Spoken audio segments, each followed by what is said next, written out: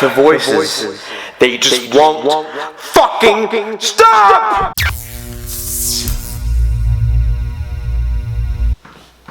Mountain Dew, Pepsi Cola, Yoke South Fun. What? I gotta go. Hey guys, Mandy Fraker coming at you again to talk about movies. As always, please hit the subscribe button, like this video, and share that shit.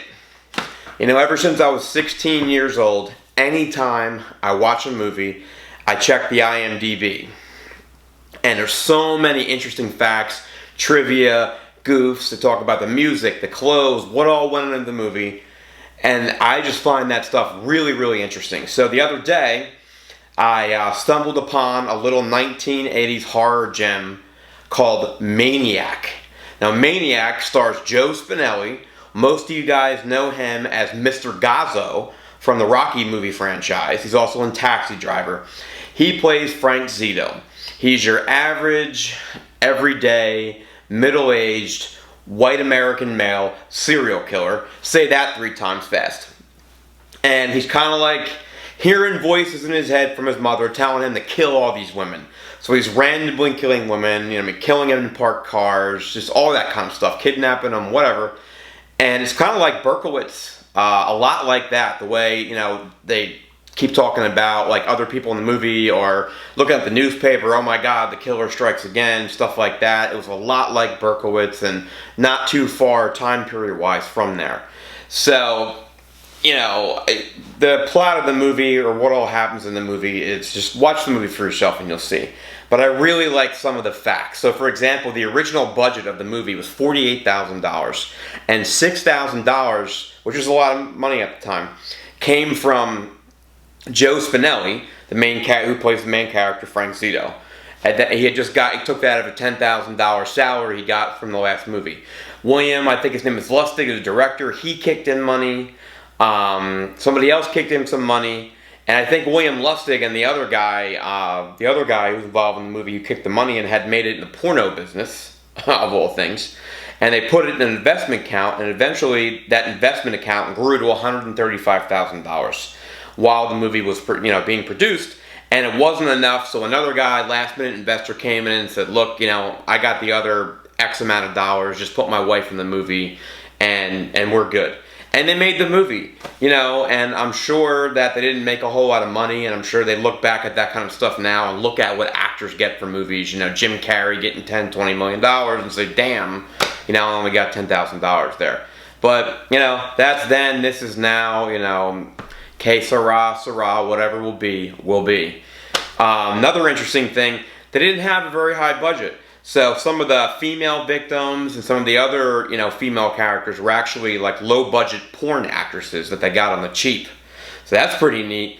The car that Joe Spinelli, who plays Frank Zito, drives in that movie is the director William Lustig's car. It's a used car that cost $200, and in mid-production, it actually got, partially destroyed, and you had to get another car.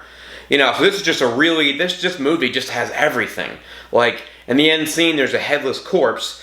That is a shot from Friday the 13th, made in 1980 or 1981. It's Jason's mother's headless corpse, and they use that shot for this movie. There are some like helicopter flyover shots, like some aerial shots of the city used for the movie. Those were recycled footage from the movie Inferno. Like, this movie just has everything, man. It took 26 non-consecutive days to film, so they didn't even work every day. And in some of the scenes, even really important ones, like the shotgun going through the windshield scene, they didn't have the necessary permits. So they would film the scene, making all the noise and everything that goes along with that, all the people in the street with the cameras and lights and everything. And then the police would come, and they literally have to abandon their stuff and run away. And there's a lot of movies like that. I believe Ghostbusters was one of them. I think Taxi Driver may or may not have been one of them. So I could be wrong about that. But there's a lot of movies where they don't even have permits. And just there's so much. And I just thought that this movie, just the facts alone were very interesting. Let alone the whole, gritty 1980s horror movie thing that some of us love.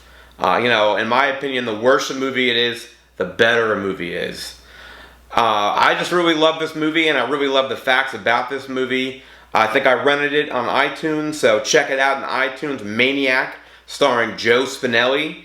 You got to have a strong stomach because Tom Savini, the guy who does the makeup for Friday the 13th, Creep Show, whatever that other movie, From Dusk Till Dawn, he does the makeup for this movie, and it's really gory. In fact, I believe either one of the Siskel and Ebert guys just walked out of a screening of it because he was so disgusted with the goriness. If you don't know who Tom Savini is, outside of Googling him, if you ever saw From Dusk Till Dawn, there's a scene where a guy has a gun that's attached to his crotch. That's Tom Savini.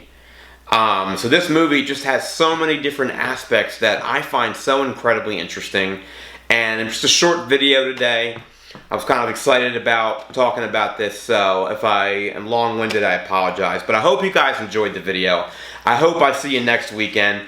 So as always, please hit the subscribe button, like this video, and share that shit. Have a great day, guys.